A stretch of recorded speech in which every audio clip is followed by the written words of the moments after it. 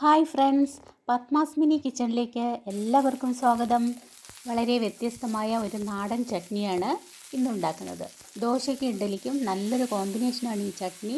ഇനി ഇതിൻ്റെ റെസിപ്പി എങ്ങനെയാണെന്ന് കാണാം. ചട്നിക്ക് നല്ലത് ചെറിയ ഉള്ളിയാണ്, അതുകൊണ്ടാണ് ഞാൻ ചെറിയ ഉള്ളി എടുത്തത്. ഇനി ഉള്ളി ചെറിയ ജാറിലിട്ട് കൊടുക്കാം. ഇനി അതിലേക്ക് 1 ടേബിൾ സ്പൂൺ മുളക് പൊടിയും വളരെ കുറച്ചളവിൽ പുളിയും 1 സ്പൂൺ അളവിൽ വെള്ളവും ചേർത്ത് ഇതുപോലെ നന്നായി ഒന്ന് അരച്ചെടുക്കുക. ഇനി ഒരു പാനിൽ 1 ടേബിൾ സ്പൂൺ വെളിച്ചെണ്ണ ഒഴിക്കാം. എണ്ണ ചൂടാവുമ്പോൾ കുറച്ച് കടുകിട്ട് പൊട്ടിക്കുക. ഇനി കട്ട് ചെയ്ത 2 വറ്റൽമുളകും കുറച്ച് കറിവേപ്പിലയും ഇട്ട് കൊടുക്കാം. മൂത്ത് വന്ന വറവിലേക്ക് നന്നായി അരച്ചെടുത്ത കൂട്ടൊഴിച്ച് കൊടുക്കുക.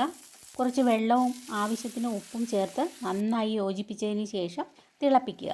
പഴയ കാലത്തെ സ്വാദിഷ്ടമായ ഒരു നാടൻ ചട്നിയാണിത്. നമ്മുടെ ചട്നി കുറുകി വന്നിട്ടുണ്ട്. ഇനി ഒരു ബൗളിലേക്ക് മാറ്റാം.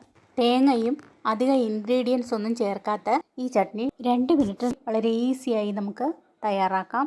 നിങ്ങളിത് ഉണ്ടാക്കി നോക്കൂ, ഫീഡ്ബാക്ക് അറിയിക്കുക. ഷെയർ ചെയ്യാൻ മറക്കരുതേ.